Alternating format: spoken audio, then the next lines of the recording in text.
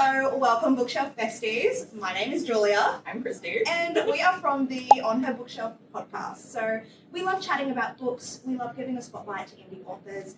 So, obviously very excited to be here today. Give me one moment because now I'm so anxious.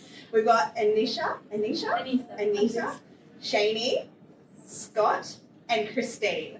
So we're going to ask them a few questions about essentially being an author and writing, and let's jump into it.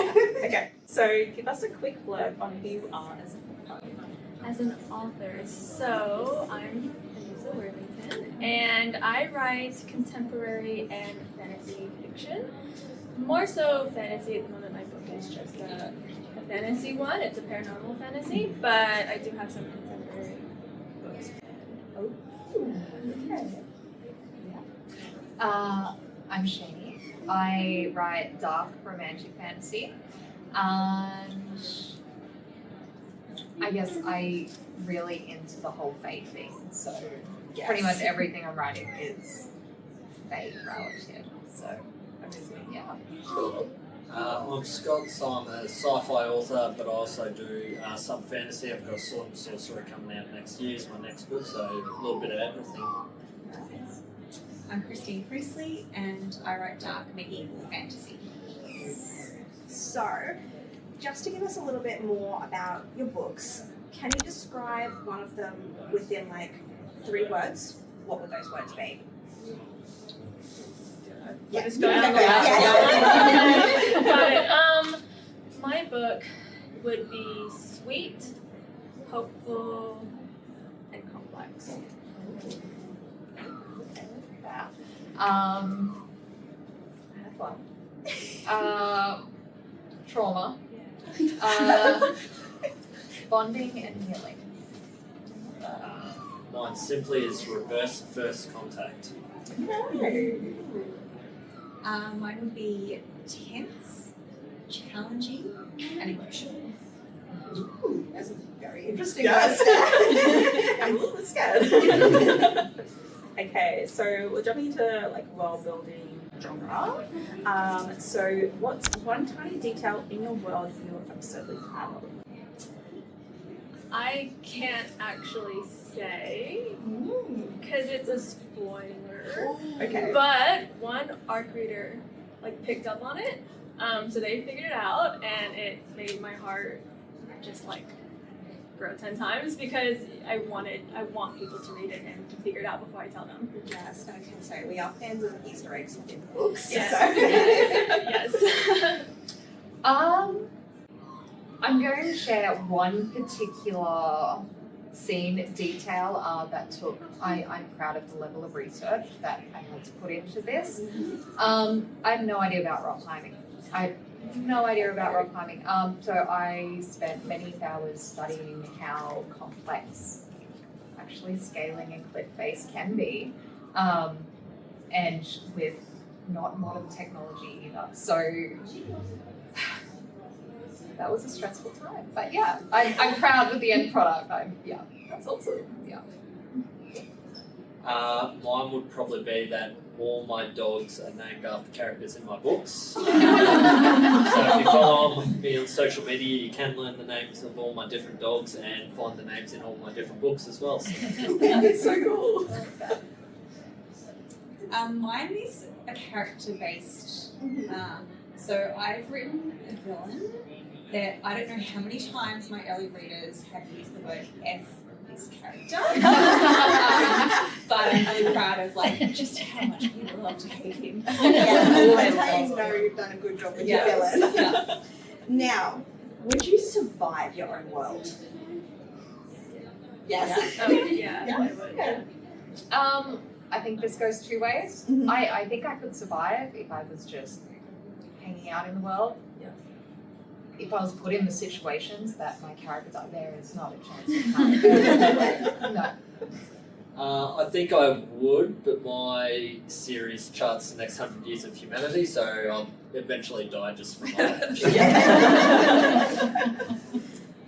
I'm going to say it depends on what class I was born into. Already challenging enough to be a woman, because, you know, etc. But I'm also a bit rubbish at real life. Like, I'm a writer for a reason. I always say, like, if this is zombie apocalypse, I'm the zombie fodder, right? Yeah. I'm literally the friend that you throw at the zombies while you get away. So in this world, I think I would also be just fodder. So, I love Zombie fodder. Same. What's one hill you will die on when it comes to sci-fi or fantasy? See, this isn't a good question for me because I genuinely will read anything. So I don't have like a will die on this hill. If I had to give an answer, I would say just it's fantasy. You can name the character whatever you want. yeah, That's really like, it's the most outlandish thing, or if you want them to be named Mark, go for it. Like, I guess that's my hill. Mark is going on an adventure in yours.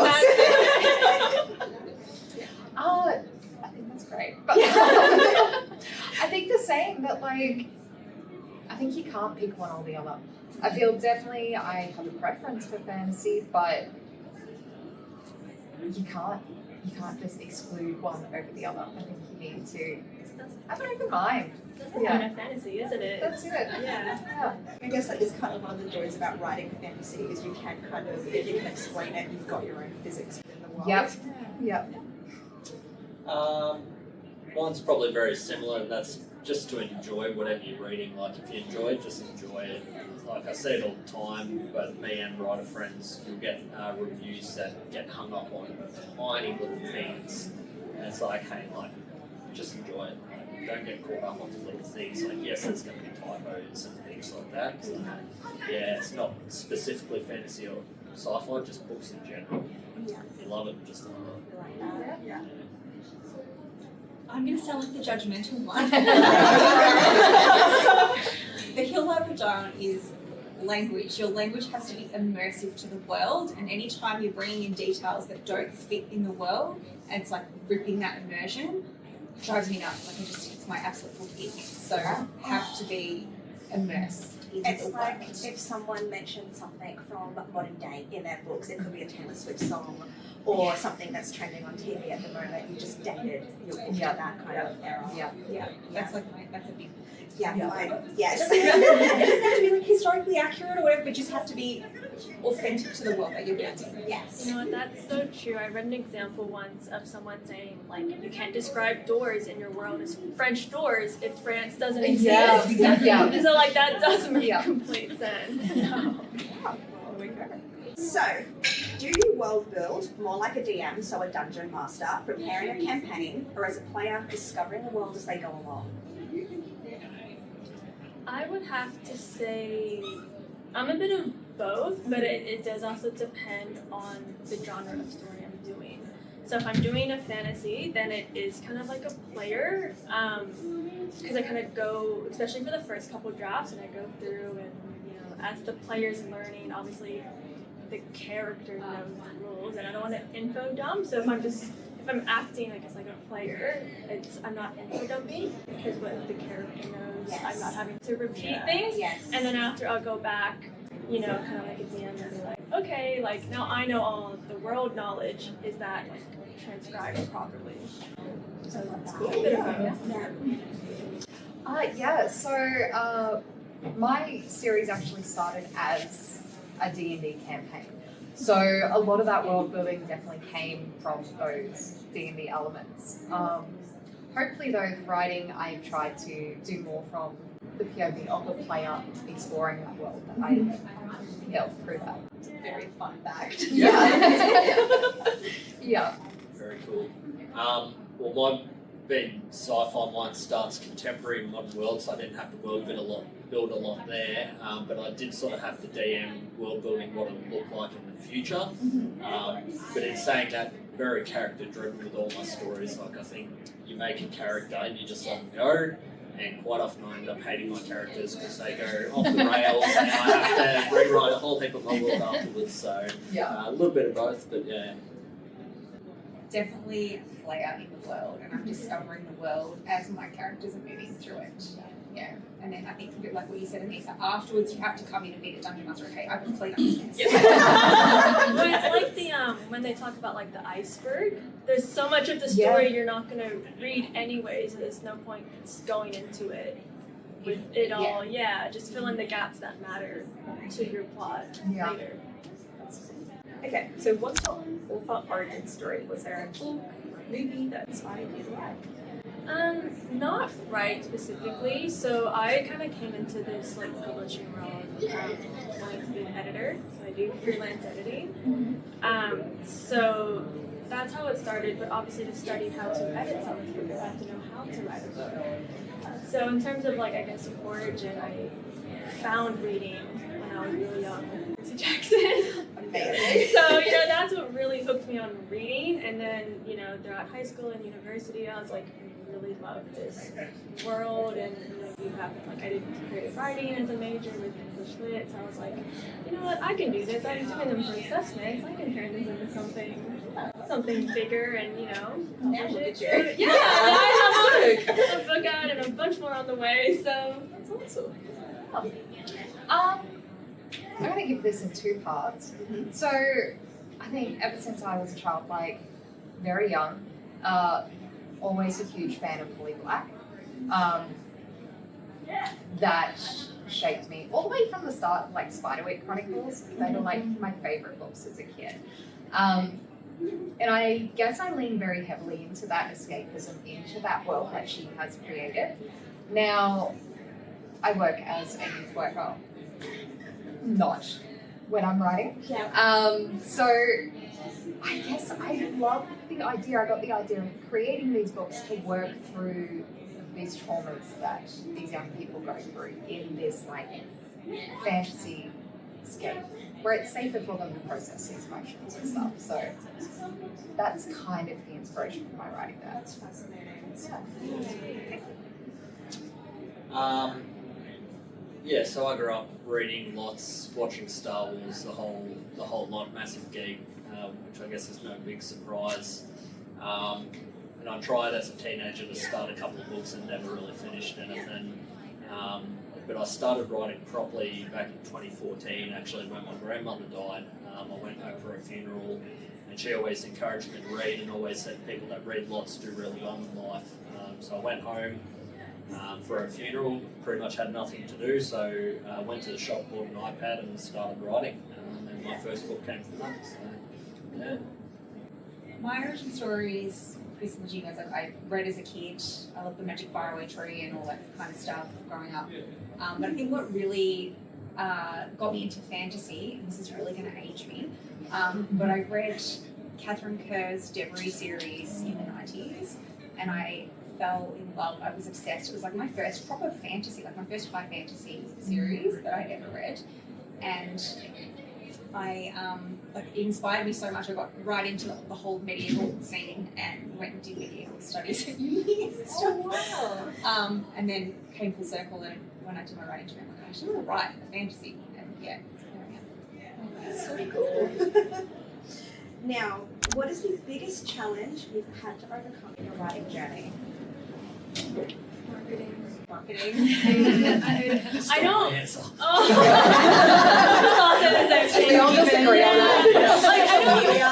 I don't mind doing, like, making the Canva post and you put aside a day and you do all that. That's fine, but then coming up with a caption and being, like, I think it's being socially online to keep up with everyone. Like, even before this, I was never really online. Like, I posted my friends on Snapchat. And if I go to a concert, that's an Instagram post. Like, that's it, So it's just that side of, and I also just, I'm here on the panel, but I don't like talking about myself. So it's like them being like, yeah, this is what my book is about, and stuff like that. It's just, I don't know. I'm an introvert, so the marketing. It's one of those things these days. It's not just being an author and allowing the books to talk for themselves. Like you've got to have a social media presence, and even some publishers these days are like, you got to have a minimum follow account, and yes. I agree with that 100%. Other than that, I think it is just that self-esteem to kind of just keep going. Like, especially when you're rewriting, going over your own work over and over and over again. And I don't know, I'm assuming for others as well, it just never seems good enough. But I think it's just trying to get over that. So the imposter syndrome. Yeah, that's it. don't think I can add too much to Yeah. that. Marketing and self-doubt. Yeah. I think probably the biggest thing that helped me overcome it though is when the first person ever came back to buy my second book in the series, and that's when you go, all right, I didn't just sell you on a verbal pitch, you actually enjoyed it enough to come back, but it never goes away. Like, Yeah. sorry. Yeah. Spoiler alert. I'm gonna yes, yes, and Yes, yes. yeah. The other thing I think is writing and creating your own world can be very lonely in that you're the only one who lives and breathes in your world until it's at the point where you're able to share it with people. And my partner, who's here today and supports me and is absolutely amazing, he's like, no spoilers, no spoilers. I want to be able to enjoy your book and read it. Like, no spoilers. So I've like, but I want to tell you this thing. I can't. I'm just like, oh. So I do have a couple of friends and one who's here who lets me spoil my story and bounce stuff off, which is amazing. But otherwise, it's quite a long journey. So can I piggyback? Go for I was just gonna it. say, I don't think a lot of like readers really understand as well. Like so you live and breathe it. When you're writing like emotion in your characters, you have to actually feel that emotion so you can explain it and like show it. And so I don't think people actually realize like how much authors feel and how it can be lonely, and you're having to process what your characters process and and then explain it to people like with a blank face. Like, That's it. And we definitely had a book described with trauma before it. Yeah. Yep. The message might be good and it may or may not be happily ever after, but getting to that, like, it's like the community is so important. You're not just putting the character through it, you're putting yourself through it. Yeah. Oh my gosh. Yeah. Put it that way. Brains, doesn't it? Oh yes, I love this question. If your villain had to give a TED talk, what would it be on? How to get away with murder. Yes. Alright. We're gonna go with like a. I just keep thinking of this TED talk that I've actually watched years ago, and she would do it. She would do it. It was fake it till you become it. Ooh, I like that. Yeah. It's a tough one. It would probably be why it's a good thing they're taking over the world. Yeah, like world domination or something. Yeah. Very, very subtle, very make the world great again. So, So I think my villain wouldn't do the TED talk, but he would go on the charismatic church circuit. He'd be talking about heresy and why we need to root out all the heretics while being completely hypocritical. Terrifying. Now, with your writing process, what was the weirdest piece of research you've ever had to Google for your book? I've been quite lucky where I haven't had to research too much because weirdly I've had people who know that knowledge in a really weird way. But I guess So then, instead of had to Google, what were kind of the people that you were then reaching out to? Because we did speak to an author recently who had to reach out to a botanist to answer all their plant questions. Yeah, well, there's pregnancy in my book. It's very brief, but I wanted to make sure I asked it. So I have a lot of friends who recently became moms. Yeah. So I'm asking the weirdest, because I'm obviously not a mom, or I've been pregnant. So I'm like, what does it feel like? And like in all stages, and like my family's Italian, and they just growing up in on the farms and stuff, and my uncle's an electrician. So I've been asking when you connect that, what does that do? And if will that really zap you, or things like that. And carpentry stuff, like my dad does all that kind of stuff. So it's just random questions that people just seem to know the answers to, whether it be a hobby or they just it's their profession. Yes. Yeah. It's also I'm not going to go into too much detail. But Okay, now I'm curious. it's just a general one. The body decomposition. Yeah. Yeah. And it makes you uncomfortable because if you go into that. But, yeah. Why does it make you want to Google it now? There's a lot of factors to it. Cool, okay. Yeah. Sweet. Probably not weird, but I got very deep into trying to figure out faster than light travel and the physics behind it, even though we don't know it. And yeah, it got in a bit of a spiral for a while before I done myself. Yeah. Recently, I had to Google medieval aphrodisiacs. Oh, okay. That's interesting. What would have been a medieval aphrodisiac? Pardon? What would have been a medieval aphrodisiac? Oh, like Bathwater.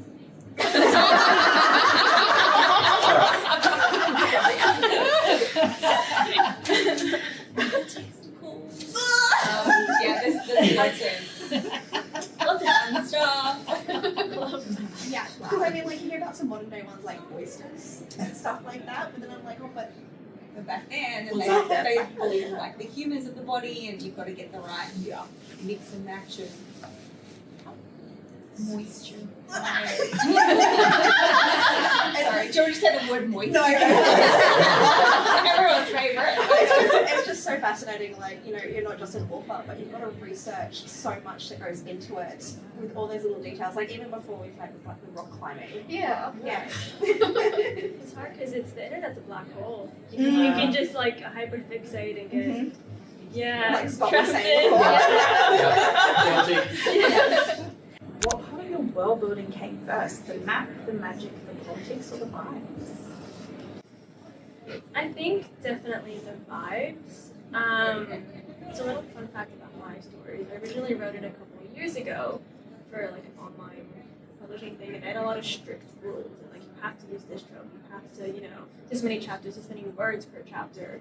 So I eventually was able to take it off, and I was like, no, I'm doing this the way I wanted it. You know, 200-page book turned into a 500 and something page book. Yes. So it was, I think, definitely going off of that, it was the vibes, and then because I really added in so much of like the magic system and the gods, and it really helped because the high fantasy I want to do, and I needed to, you know, work out some things, those things, and you know, so it was very much like, okay, this is the atmosphere, this is the message I want in this book, and then, you know, as I'm writing, as the characters are learning, we can go through and I'll make sure everything makes sense. Yes.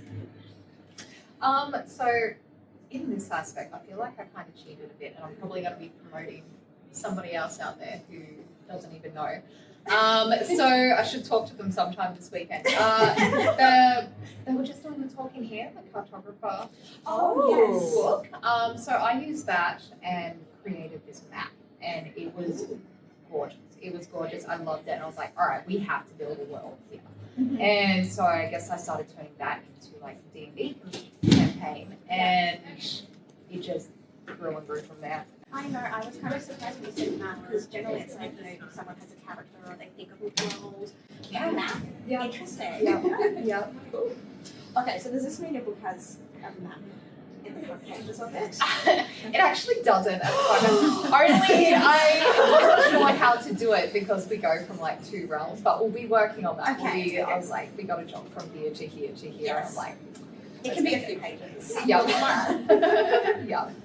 Mine started with a vibe, with just sort of an idea, but then probably what came second was politics of it, which is a bit random, because I was writing it as I was doing one of my masters, which was a whole heap of policy stuff. So,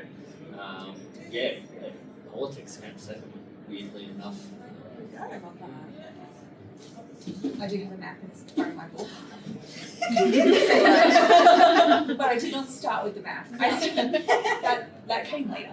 I started with a character. I wrote a character in a world, and then and then everything like the vibes and the world building and the magic system and all of that just evolves around the way that the characters are moving through the world and politics and all of that. So yeah. So I just want to follow up on that. Was it difficult creating a magic system? yes. Yes and no. Like yes, because there's lots of nuance to how it works. but it has to be consistent. Yes.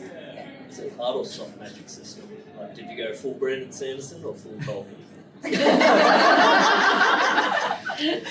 question.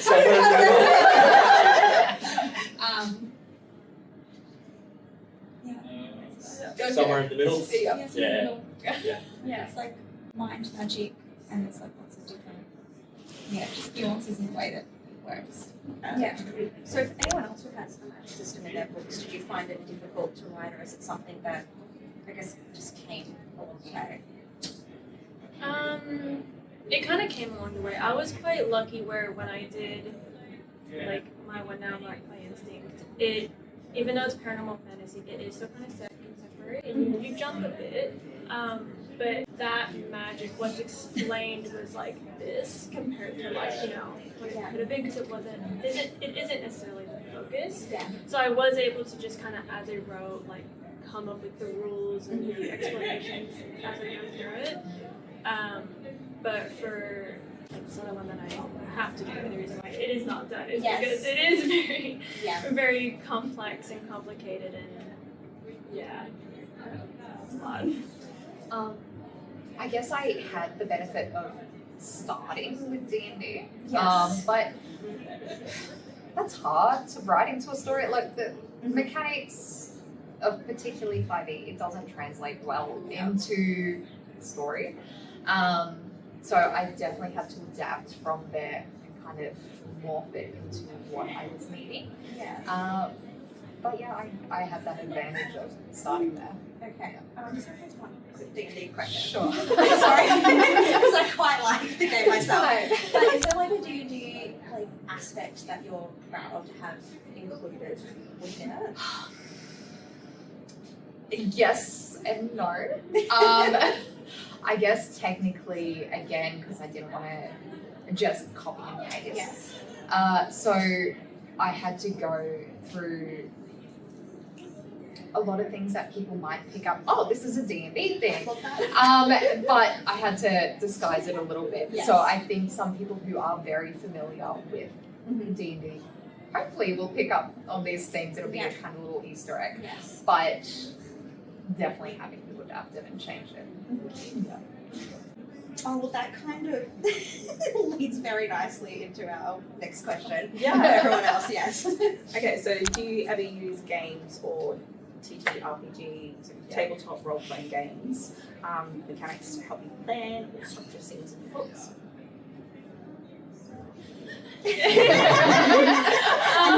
I know my brother plays a lot of them, and so like with the whole League of Legends things, I would watch the video segments and like the music videos and all that, and then I would leave when he starts playing. Like I'm the one who would go read. Yes. So Yes. unfortunately, I can agree with that. Like my partner plays a lot of World of Warcraft, and I look at like the video scenes in between, and I'm going, this would actually be very cool to read in a blog. Yeah, or even like I would watch it as an anime or like a movie or something. Like I do that, but I don't sit there and play. That's fine. Yeah. I guess, I've already explained a bit. Yeah. I think a useful tool that I do have is I do have a lot of combat in my stories. And I think it's useful for anybody, even if you don't play D&D. I will recommend getting a battle map and getting the little figures. And you can see line of sight, you can see exactly range, you can see where everybody is, and you can track beat by beat. It's great stuff. Yes, and we'd actually had a talk with like some other authors who say they sit down on the floor with their minis to help plan out like big battle scenes, and it's like, you know what, this is part of your job, just playing with these I've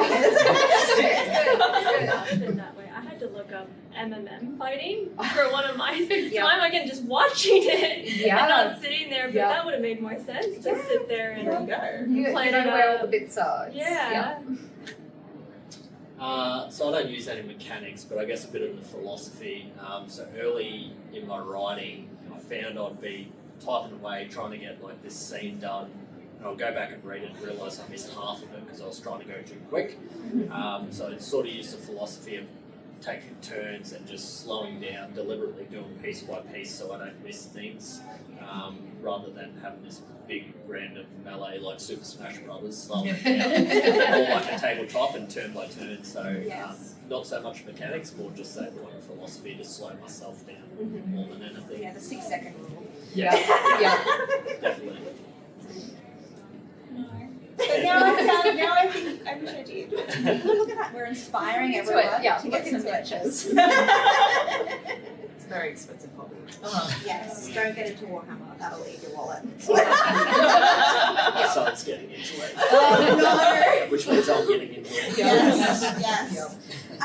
Now, before we kind of wrap up, like our last question, does anyone in the audience have anything that they want to ask any of our authors here? How long have you all been writing?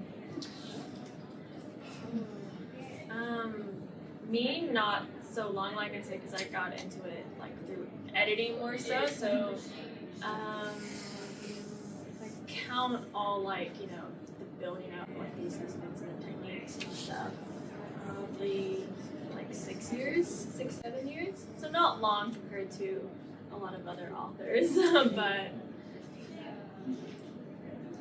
So me following that, I used to write a lot when I was a kid. I used to do a lot of short stories just in my spare time. I enjoyed that. As I got older, I stopped doing that more often.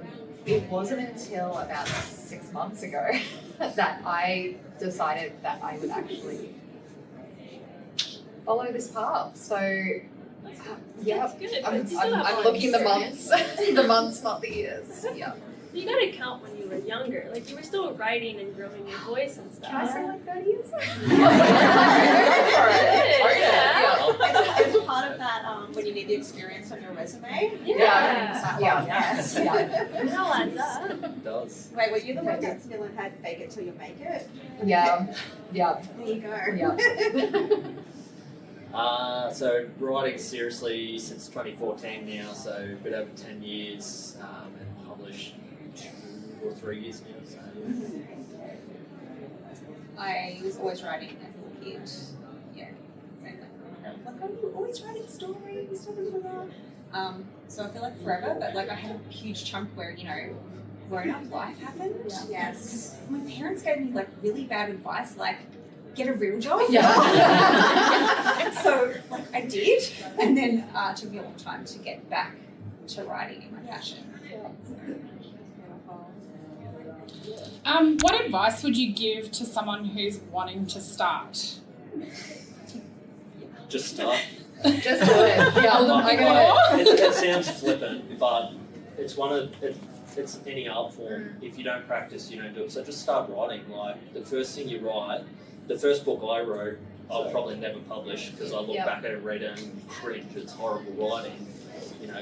Any art form takes practice. So just start with short stories. Have an idea, just sit there, write it. Like it's all practice. It'll all get you where you want to be. So it sounds flippant, but like the editor just writing. I'm the same. I stopped writing. I stopped doing art for years and regret it.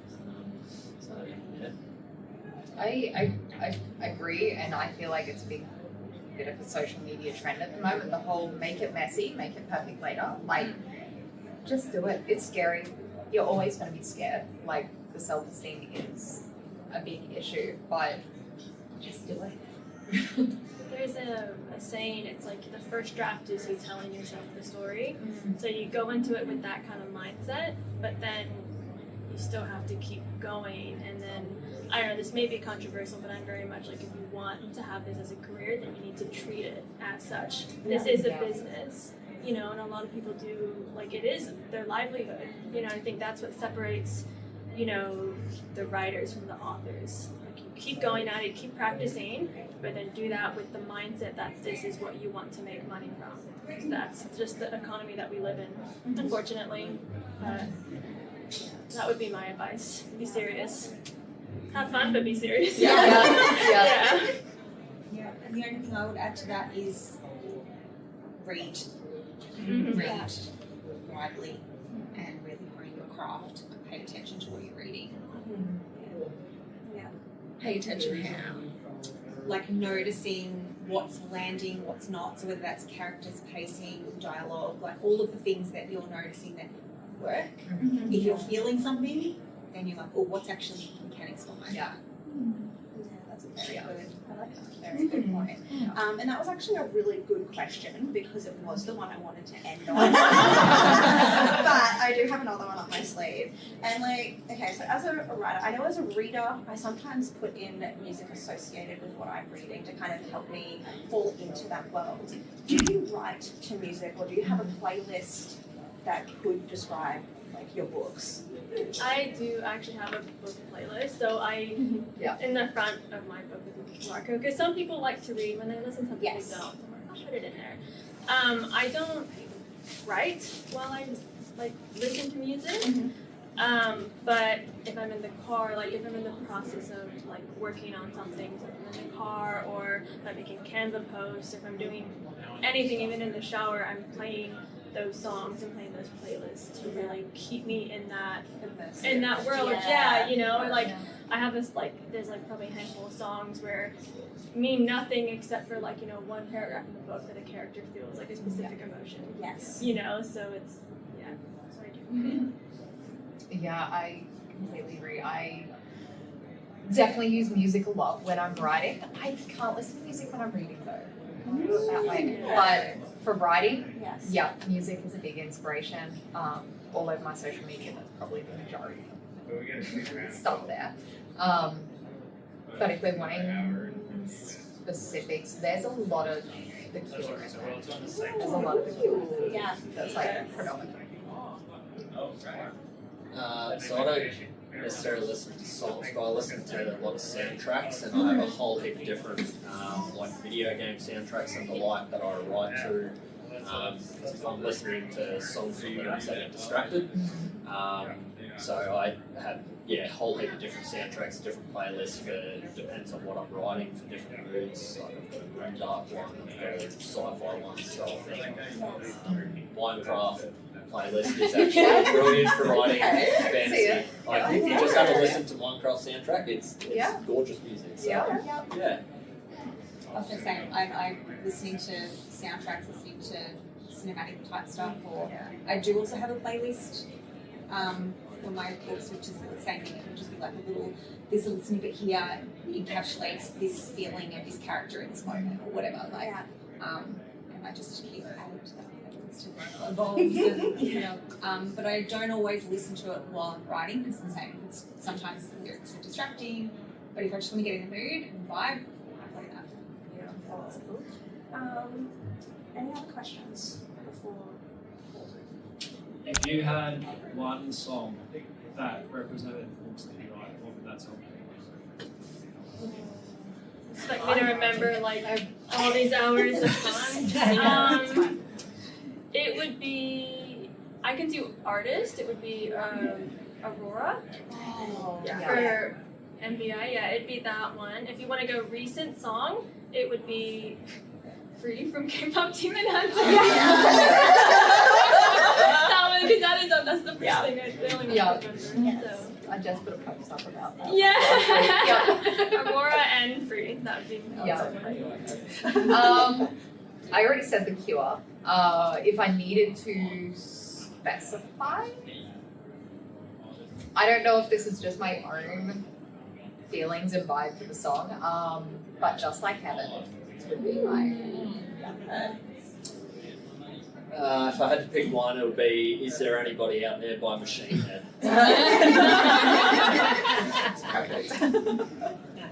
I would say Undone by Tony Prophet and Flory. Are you going through your playlist there? Yeah.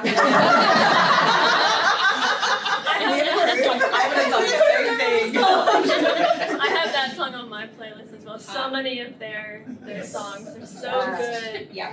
They're so there's another one that's a perfect 3 and there's, Okay. I've got one more question.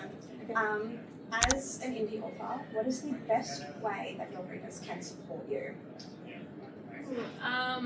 Honestly, just adding me on socials on Instagram. I have a website. If you want to buy the book, probably you can buy it from there. I'll sign it.